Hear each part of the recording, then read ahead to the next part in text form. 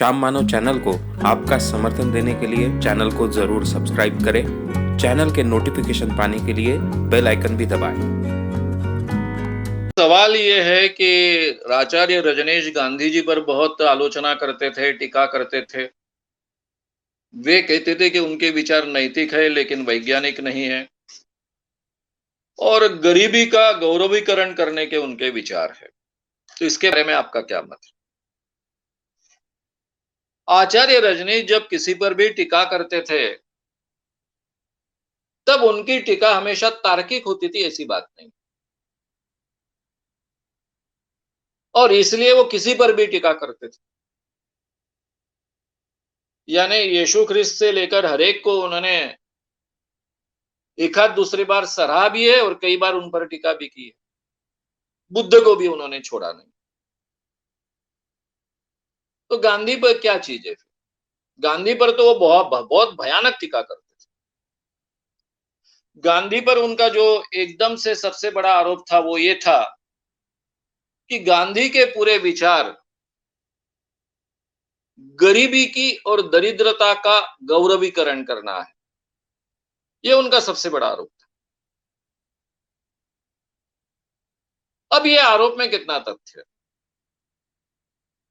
रजनीश का तो सामान्य लोगों से कोई लेना देना था ही नहीं। गरीबी दूर करना, उनका समाजवाद से सावधान नाम का जो विचार है वो इतना अतार्किक है और शास्त्रीय है। ये आज मुझे समझता है, उन दिनों में नहीं समझता था, इतना मेरा इतना डेप्थ में स्टडी नहीं था। जो आदमी जाहिर तरीके से कहता है कि मैं विलासिता सुख समृद्धि में विश्वास रखता हूं और ये भी साथ में कहता है कि मैं सबको विलासिता का जीवन तो नहीं दे सकता, कम से कम विलासिता में जीने का प्रबंध अपने आप के लिए तो करूं। इतना स्वार्थी विचार जो व्यक्ति जाहिर तरीके से व्यक्त करता है, उनके बारे में क्या कहें? गांधी के वैज्ञानिक विचारों के बारे में कई मतभेद हो सकते हैं। मैं भी गांधी के बारे में बोलते समय उन्होंने जो कुछ उस जमाने में अवैज्ञानिक विचार प्रकट किए, उसकी आलोचना करता हूं। चाहे उनके ब्रह्मचर्य के बारे में के विचार हो, बीच में प्लेग आया था, प्लेग आने के बाद में खानदेश में उनका एक व्याख्यान था। उस व्याख्यान में उन्होंने कहा था कि मैं चूहों को नहीं मारूंगा,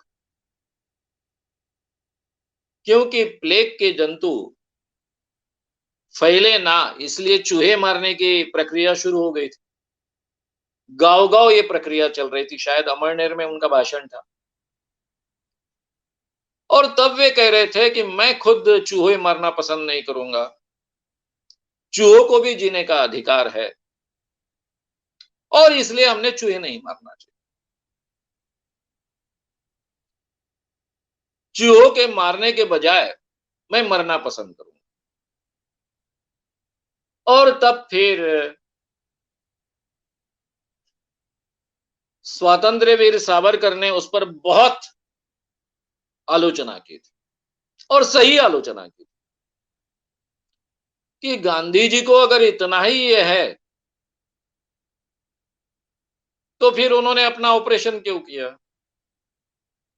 गांधी जी ने अपेंडिक्स का ऑपरेशन किया था। ये अपेंडिक्स के जीवाणु भी तो अंदर में जी रहे थे, ऑपरेशन करके उनका जीना खत्म कर दिया। ये कहां तक एक्सटेंड करेंगे? ये अवैज्ञानिक विचार। तो ऐसे कई आपको गांधी जी के जीवन, गांधी जी बहुत बदलते गए बाद में, काफी रैशनैलिटी वो स्वीकारते गए। यानी शुरुआत के गांधी और मरने तक के गांधी, इनमें काफी परिवर्तन हुआ, ये विचारों में काफी परिवर्तन हुआ। लेकिन ऐसे विचार उन्होंने बार बार व्यक्त किए। लेकिन गांधी जी के अर्थव्यवस्था के बारे में विचार रजनीश तो ऐसे ही कहेंगे। रजनीश से अपेक्षा भी नहीं की जा सकती, जिनके पूरे जीवन के विचारों में सामान्य इंसान के लिए कोई जगह ही नहीं, तो उनसे क्या अपेक्षा रखें? गांधी जी के विचार गरीबी के विचार नहीं थे, गरीबी के उदात्तीकरण के विचार नहीं थे। गांधी जी के विचार थे सबने समृद्धि के साथ में जीना चाहिए, लेकिन उस समृद्धि की मर्यादा सबकी होनी चाहिए। वो विषमता के खिलाफ थे। वो कहते भी थे कि अगर एक हिंसा की बात छोड़ दी तो मैं सच्चा कम्युनिस्ट हूं, क्योंकि कम्युनिज्म समानता को बहुत महत्व देता है, जाहिर तरीके से कहते थे, और ये बात सही भी थी। इसलिए भारत जैसे देश में जहां इतनी बड़ी जनसंख्या है, संसाधन मर्यादित है, उस देश में किस ढंग की अर्थव्यवस्था होनी चाहिए, ये जो बात उन्होंने कही, वो बात तो बहुत साइंटिफिक थी। अगर उस ढंग की अर्थव्यवस्था हम अमल में लाते तो शायद हमारे पास में एरोप्लेन्स की कमी होती, बुलेट ट्रेन के बारे में हम नहीं सोचते, लेकिन एक भी किसान इस देश में आत्महत्या करने की स्टेज पे नहीं जाता। ग्रामीण सशक्त अर्थव्यवस्था इस देश में होती, बेरोजगारी की समस्या नहीं। ये हो सकता है कि हम प्राध्यापकों को जो एक लाखों पगार मिलने लग गए महीने के, कई प्राध्यापकों की पगार 1 लाख के ऊपर होती है, 1 माह की उनकी सैलरी, ये नहीं होता। लेकिन इस देश का आम इंसान आनंद से जी सके, इस ढंग की अर्थव्यवस्था इस देश में पनपती, ये उनका आग्रह था, जो हमने अमल में नहीं लाया। उनके ही शिष्य नेहरू जी ने भी अमल में नहीं लाया, उसके बारे में मैं ऑलरेडी बोल चुका। और आज जो ये किसान कर रहे हैं इतना बड़ा आंदोलन, वो शायद अपने जीवन में नहीं करते, उसकी आवश्यकता ही नहीं पड़ती। ना इस देश में बेरोजगारी की समस्या होती, ना किसानों के मूल्य व्यवस्था की, यानी जो लगातार वो डिमांड कर रहे हैं कि मिनिमम सपोर्ट प्राइस हमको दीजिए, इसकी आवश्यकता होती। तो ये जो उनकी बाकी बातें हैं,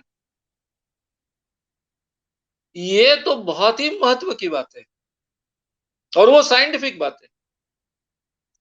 हर देश की अर्थव्यवस्था वहां की स्थानिक उपलब्धता के आधार पर ही तय होगी ना। आज जो अर्थव्यवस्था हम अमल में ला रहे हैं, उसमें बेरोजगारी दिन ब दिन बढ़ने ही वाली है। हमारे यहां हमेशा हर साल में बेरोजगारी बढ़ती गई। बेरोजगारी का सवाल हम भी कभी हल नहीं कर पाए। जिस ढंग की अर्थव्यवस्था हमने अमल में लाई, उसमें वो हल करना संभव ही नहीं। उसके लिए अलग ढंग की अर्थव्यवस्था आवश्यक होती। इसके बारे में मैंने बहुत विस्तार से आपके साथ चर्चा की है। किसानों के आंदोलन के समय में चर्चा की है। गांधी जी का हिंद स्वराज्य नाम का किताब है, उसके बारे में जो सीरीज की तब चर्चा की है। तो इसलिए जो आचार्य रजनीश गांधी जी के बारे में बोल रहे हैं, उसमें उनके विचार वैज्ञानिक नहीं है। कुछ विचारों के बारे में ये आलोचना सही हो सकती है, लेकिन वो गरीबी का गौरवीकरण करते हैं, या फिर वो पूरी तरह से अनसाइंटिफिक विचार करते हैं, ये बात बिल्कुल सही नहीं है।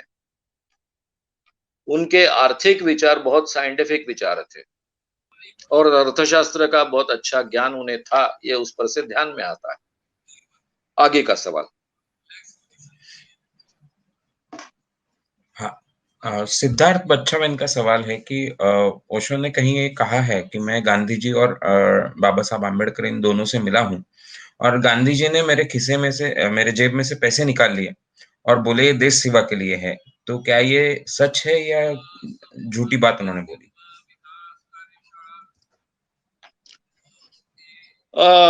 सवाल ऐसा है कि गांधी जी और अंबेडकर जी से रजनीश मिले, ऐसा उनका कहना है। और गांधी जी ने उनके जेब में से पैसे निकाल लिए, ऐसा उन्होंने कहा। रजनीश जी ने, ये कहाँ तक सही है? ये ऐसी कोई बात गांधी जी ने लिखी हुई मैंने तो पढ़ी नहीं। मैंने गांधी जी का जितना भी आज तक पढ़ा है, उसमें वो रजनीश से मिले ये भी पढ़ा नहीं है। और रजनीश जी के जेब में से उन्होंने पैसे निकाल लिए ये भी पढ़ा नहीं। और रजनीश जो बोलते हैं उस पर मेरा बिल्कुल विश्वास नहीं। जो आदमी अपने उम्र के 21वें साल में मुझे एनलाइटनमेंट हुआ, साक्षात्कार हुआ, ऐसा जाहिर तरीके से कहता है, उनके भाषणों में उनके मुंह से मैंने सुना है, उस व्यक्ति पर भरोसा करने लायक कुछ भी नहीं। अब गांधी जी ऐसा कर सकते हैं कि नहीं? कर सकते। लेकिन गांधी जी किसी के जेब में से ऐसा हाथ डाल के पैसे नहीं निकालेंगे, पैसे मांगेंगे, आप निकालिए पैसे, ऐसा बोले, आप मुझे पैसे दीजिए और ये इस काम के लिए खर्च हो गए, ये हो सकता है। इसी ढंग का किस्सा उल्टा है। बाला साहब ठाकरे के पिताजी प्रबोधनकार जी ठाकरे,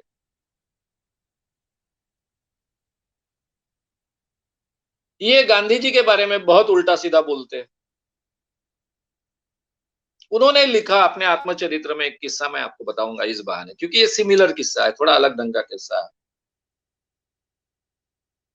गांधी जी जब महाराष्ट्र में आए पैसे मांगने के लिए, तो गांधी जी हरिजन संघ के नाम पर बहुत पैसा लोगों से इकट्ठा करते थे।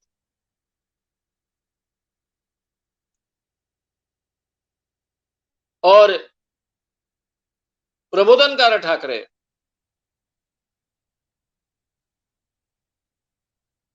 महाराष्ट्र के एक बहुत बड़े शिक्षण के क्षेत्र में काम करने वाले,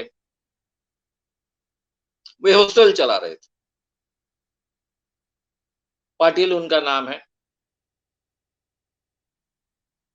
और ये जो हॉस्टल चला रहे थे, वो पैसे के कारण बंद पड़ने के नौबत पर था। और हॉस्टल में काफी लड़के थे। तो प्रबोधनकार ठाकरे गांधी जी से मिलने गए और गांधी जी से मिलने जाने के बाद में उन्होंने आग्रह से कहा कि ये हॉस्टल के लिए आपको पैसा देना पड़ेगा।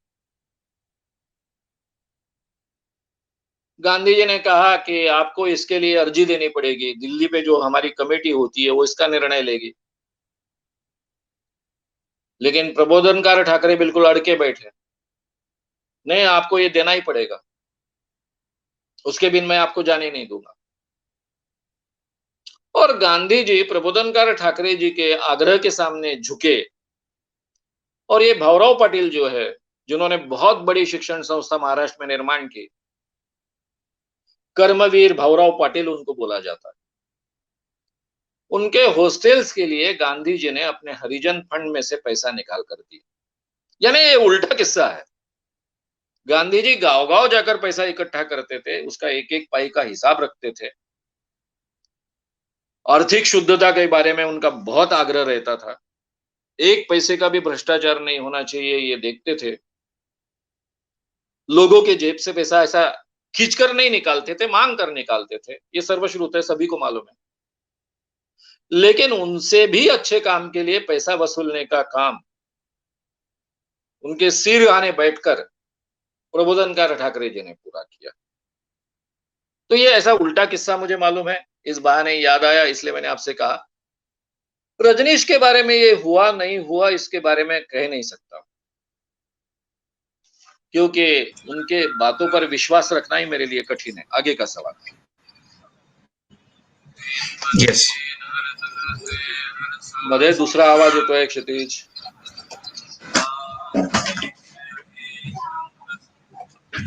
कुणाल भगत इनका सवाल है कि हम्म, जो आश्रम में जो कई मेडिटेशंस है वो उस उनमें भारतीयों को प्रवेश नहीं होता है या कई कोर्सेस में, तो ऐसा क्यों है?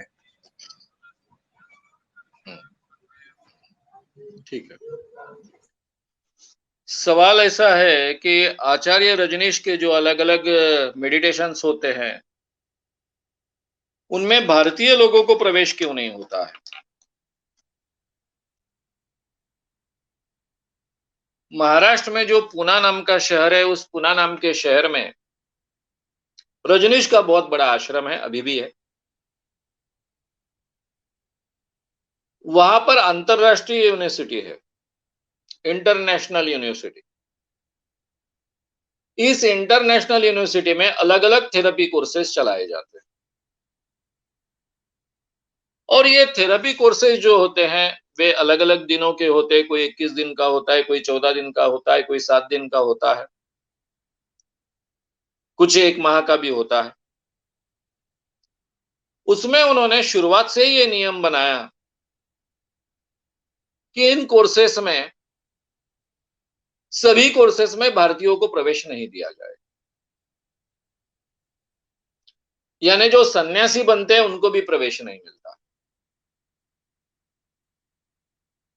और वहां पर सारे दुनिया के थेरेपिस्ट ये कोर्सेस लेने के लिए आते हैं। और दुनिया में जितने भी अलग-अलग थेरेपी की परंपराएं हैं, अलग-अलग देशों में, वे अलग-अलग थेरेपी कोर्सेस पूना के इंटरनेशनल सेंटर में चलते हैं। तो जब मैं वहां गया, तो मेरा प्रवेश ही एक थेरेपिस्ट कर हुआ था।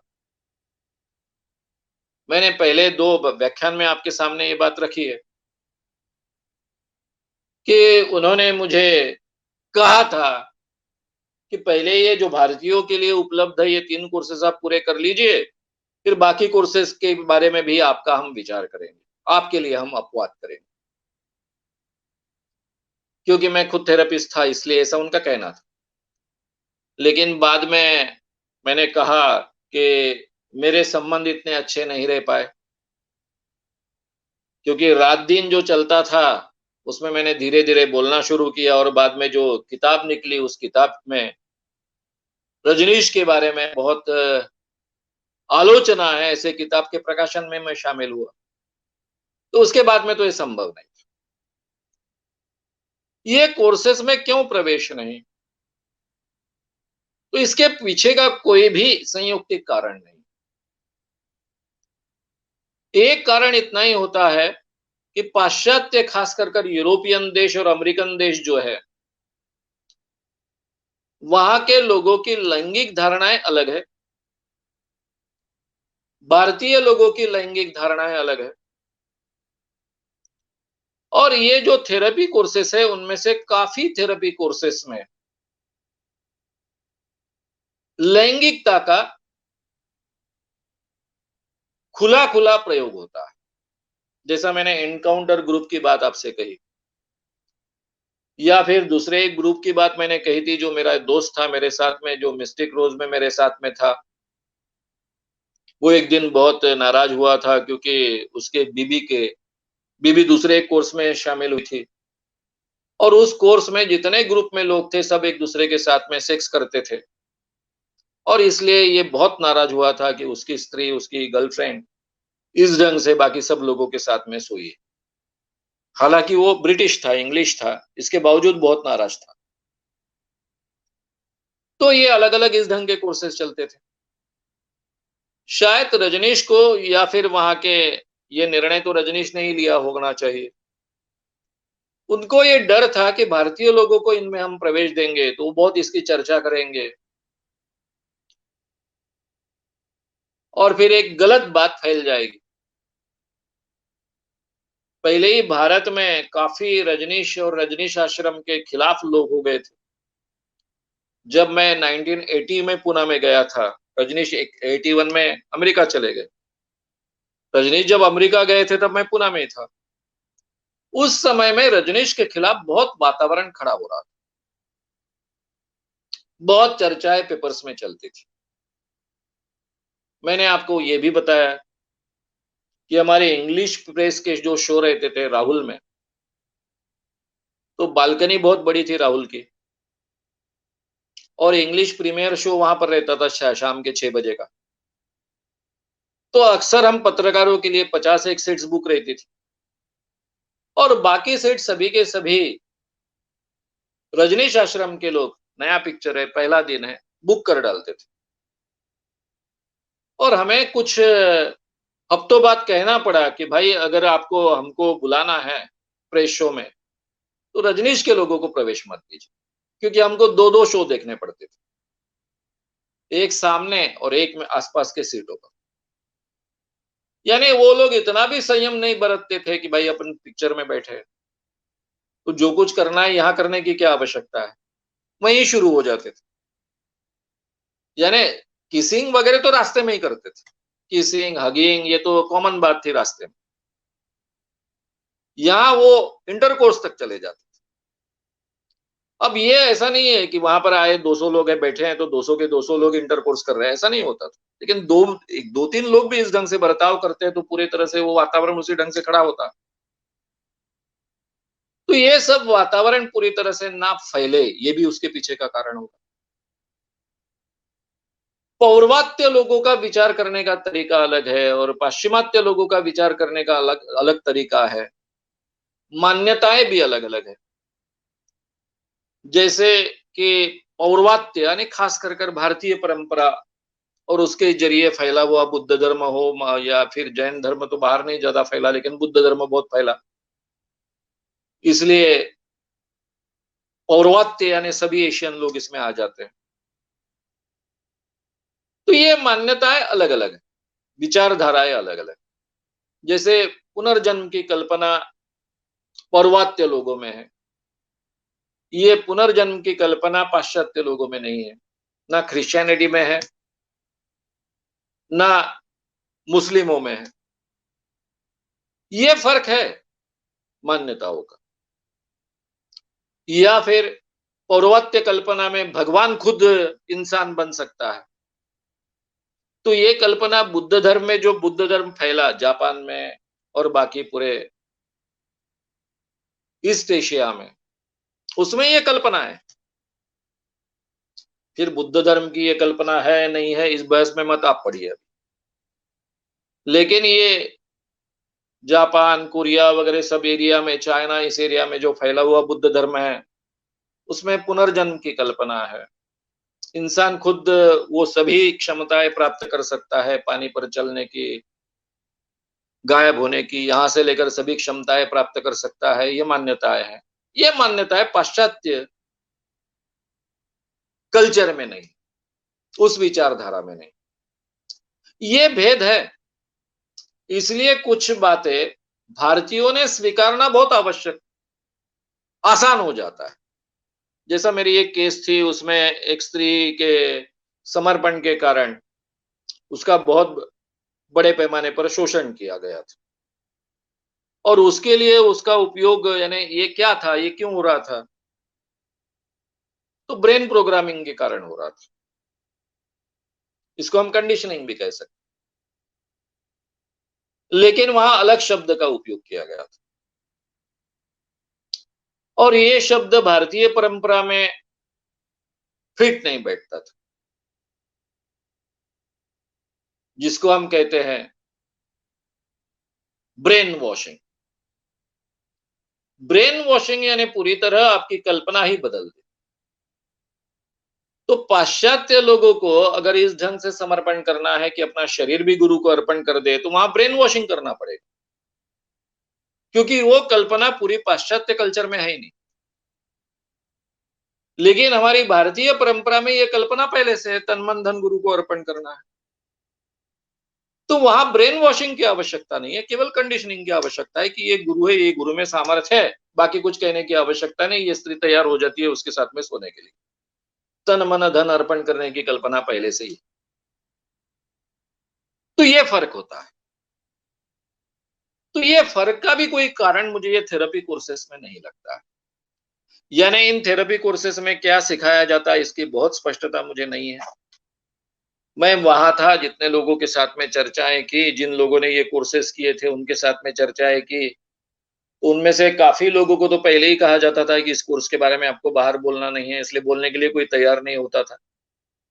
लेकिन जो मेरे साथ में मेरे कोर्स में थे और मुझे थेरेपिस्ट समझते थे, उनमें से कुछ लोग खुलकर बोले, इसलिए थोड़ी बहुत कल्पना आई। वहाँ 100 के ऊपर इस ढंग के कोर्सेज़ थे। तो ये 100 के 100 कोर्सेज़ में किस ढंग से थेरेपी चलती थी, ये कहना बड़ा मुश्किल है। उसकी जानकारी बाहर के किसी व्यक्ति को होना भी बड़ा मुश्किल है। इसलिए इसमें कोई ये विचारधारा के अंतर के कारण वो भारतीय लोगों को प्रवेश नहीं देते, ऐसा कहने के लिए कोई आधार मुझे दिखता नहीं। केवल सेक्स के बारे में भारतीयों की जो कल्पना है, उनको शॉक बैठता है। इसलिए शायद इन कोर्सेज़ में प्रवेश नहीं दिया जाता होगा, ऐसा मैं मानता हूँ, या फिर हमने ऐसा मानना चाहिए। लेकिन वैसे देखा जाए तो वो रजनीश आश्रम में तो ये बातें खुलकर चलती थी। नहाते समय सब नंगे-धड़ंग होकर लाते थे, नहाते थे। वहाँ एक-दूसरे के साथ में आज एक दूसरे एक व्यक्ति के साथ में, कल दूसरे व्यक्ति के साथ में ये ओपनली दिखता था। बाकी चीज़ें तो खुलकर चलती थी। तो इसी बात को क्यों फिर इतनी शर्म, या फिर उस कारण भारतीय लोगों को प्रवेश नहीं, ये कहना बड़ा मुश्किल है। लेकिन वो एक कारण हो सकता है, इतना ही मैं कह सकता हूँ। श्याम मानव चैनल को आपका समर्थन देने के लिए चैनल को जरूर सब्सक्राइब करें। चैनल के नोटिफिकेशन पाने के लिए बेल आइकन भी दबाएं।